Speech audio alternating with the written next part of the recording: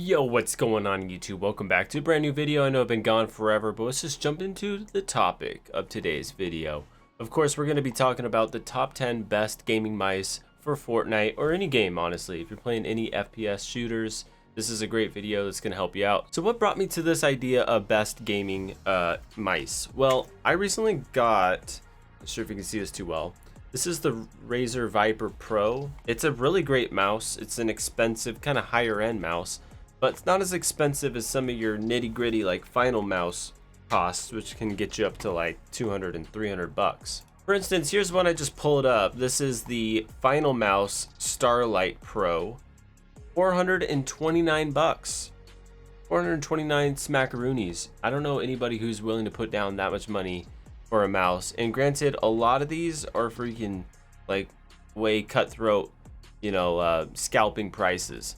But that just gives you an idea of how high the scalability of pricing mice can go. Because honestly, you could go to the MM710, which is an amazing other secondary mouse I use quite often. So what is the MM710? This is going to be like one of your best budget cost gaming mice. So this is number 10. And the reason it's number 10 is because it's basic. They have all the functionalities you'll need. You see you got your thumb gaming mice buttons on the left. And of course, insanely light at only 53 grams. And the reason you spend so much on a FinalMouse is because you want that really, really light gram mouse. Like this one, I think is only like 40 something. But I mean, really, would you spend, tenfold the cost for maybe 6 grams lighter? Like, let's look at the FinalMouse Starlight. The Starlight series is just now coming out. And the Starlight is 47 grams for medium and 42 for small. So you're getting maybe 5 to 10 grams lighter for 10 times the cost. Like, just doesn't seem logical at all. Obviously, sensors are a huge, debacle in the gaming mice conversation because your sensor does play a big part to a degree. Now, I will say that pretty much all of your sensors in the past 5 years, you're going to notice very minimal, if any, delay to them.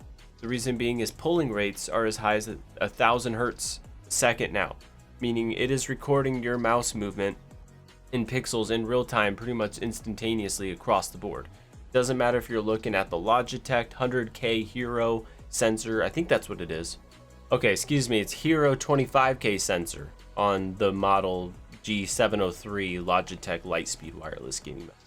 This is going to be number 9. It's a very good mouse because you're still getting a pretty lightweight mouse at 95 grams. That is actually pretty lightweight for a wireless mouse. Now, there is insanely lighter mice, like moving up the list in a higher bracket. I'll put the Razer Viper Pro because this thing is only like 60 something grams, 69 I think, and insanely light wireless, and has really great buttons, has a great feel. It's obviously, you can see it's got kind of the regular Razer kind of design to it, which is more of like wide on the back, wide on the front. So it kind of curves in the middle, which I like personally. So the Logitech G703 has been pretty much an industry standard high-end light like gaming mice for a long time.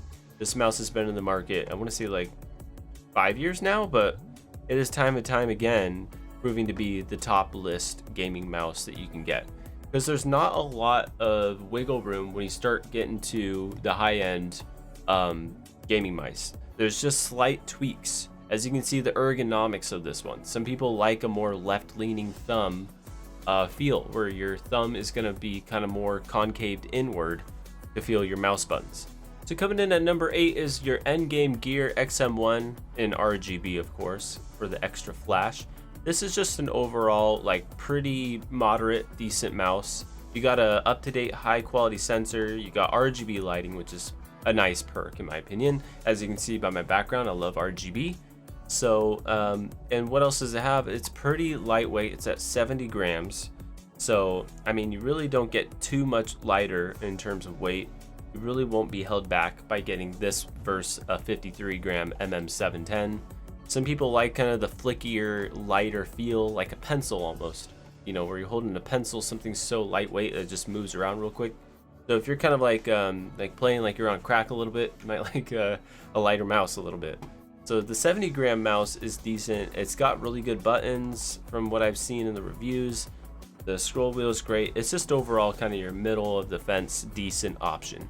And it's only $69.99 too. So that's kind of cheap in terms of mice from what we've seen with the higher end mice. I've only actually seen this mouse once, and it was because a friend of mine actually had it, but this is the Lamzu Atlas 55-gram wireless Superlight gaming mouse. This is a decent option. Like, if this ever became back into availability, I feel like this mouse would be extremely popular because it's lightweight. And not to mention, guys, this is wireless as well. It's 55 grams wireless, has a 70-hour working fully charged battery. It's got nice feel with the buttons on the side. Scroll wheel's nice. I like the color options. I think these are sick. I would love like this blue and pink one. I think that looks really cool. If you guys want to look at any of these, I'll have them all linked down in the description below. Feel free to click on any of the links in Amazon. And it's an affiliate link, so any purchases are absolutely greatly appreciated. There's not really too much else to say. It's just a very standard, very lightweight wireless gaming mouse, which I wanted to put in the list, even though it's not available. Number 6 for me is the Razer Basilisk V3. This is a great, heavier mouse, and it's a little heavier for people who are a bit better at being more precise with their aim, and maybe not be as like clicky and like crazy high sensitivity driven. But if you like a decent moderate kind of in between sensitivity, this is a great mouse for the sheer fact that it gives you a lot more to offer with a heavier mouse. So you're going to get 11 programmable buttons. As you can see, you got your DPI button, an extra little button in the middle for like lighting changes if you want. On the right, or on the left hand side, excuse me, this is what I really like. You can't really see it too well by this image here, but you see how it has your regular, 2 mouse buttons, but also at the very front of your thumb, you have an extra aim button. So this could be extremely useful. You put this as like your aim, sure, and then you can just like, change your right click to something else that you want. Like I have my right click as my floor. But the nice thing about having that extra button is it just gives you more options, and it doesn't take away from its ergonomic feel with your 2 buttons, because you're using the top part of your front and the back part of your front. So this, like, the tip of your finger is still free. So all 3 buttons are still really available and really nice on these bigger mice. So that's why I like switching to my heavier mouse sometimes. And it's just, again, it's a comfortability factor. If you guys are used to like a decent in the road middle, not a high, not a low sensitivity, this is a great option. This is also an amazing mouse that is now extremely cheap at $34.99. This is the Logitech G305 Lightspeed wireless gaming mouse. Again, a huge amount of battery on it, 250 hours battery life. And you got the 12K Hero sensor, an amazing sensor by Logitech. I've really not seen any flaws with that sensor. The only benefit I do see with this one versus maybe the newer 25K is if you're on an extremely high sensitivity, but otherwise you're gonna have virtually no difference. It has a 1 millisecond report rate, which is insane. I mean, that's as fast as you're gonna get with a wired gaming mouse, and it's cheap. I mean, what else could you ask for? The only thing that's kind of lackluster, I will say, is the mouse thumb buttons. They're just a little small and a little strange, like to feel. You can still get used to it, and you can be an insane Fortnite player using it. It's just not as comfortable as your bigger buttons like you'd have on the last option we had with the Basilisk. But yeah, I think it's a decent, really good mouse. It's got basically everything you need, and it's really one of the best costs you're gonna find with a gaming mouse. So here we have the Razer Deathadder V3 Pro wireless gaming mouse, an insanely light 64 gram ultra lightweight gaming mouse. This thing has 90 hours battery. It comes with a cable, so you can charge it, of course, on the fly while you're still using it, so you don't have to like wait. That'd be annoying, because there's some that have that little holster you have to like put it on, and then you have to wait for it to charge. And if you wanted to use your PC, you'd have to use a backup mouse. So with this one, it just charges by cable, which is best. It's got everything you need. It's got optical switches, which are supposed to be even a little bit faster than your standard switches. You yeah, I mean, that's basically it. It's just a really good overall decent mouse. It is expensive though, so that's the only downside there. I'd say if you're a beginner, you probably wouldn't want to just jump in and get a $150 mouse. You'd probably want to get like the last option, a $34 mouse that still has really high ratings and is a really good mouse. I couldn't skip over the mouse that I currently am favoring, and that is the Razer Viper V2 Pro. This mouse, I haven't had any issues since I bought it and used it. Love it. It's a high quality mouse. You're getting a little bit lighter of a mouse. Last one was 64, this one's 58. And with this one, it's more just like the ambidextrous feel. You know, it's still not an ambidextrous mouse because it doesn't have on the right the mouse buttons, but you get a feel of it being more ambidextrous, which I prefer personally. Some people like I mentioned, more concaved on the thumb, so you're kind of more gripping it a different way. But yeah, it's got a 30K optical sensor, onboard DPI controls, 80-hour battery, and everything else is just really good on it. Again, it comes with a cable, so you're not worrying about having to charge it on a holster, charge it and play, and it's just a very comfortable mouse.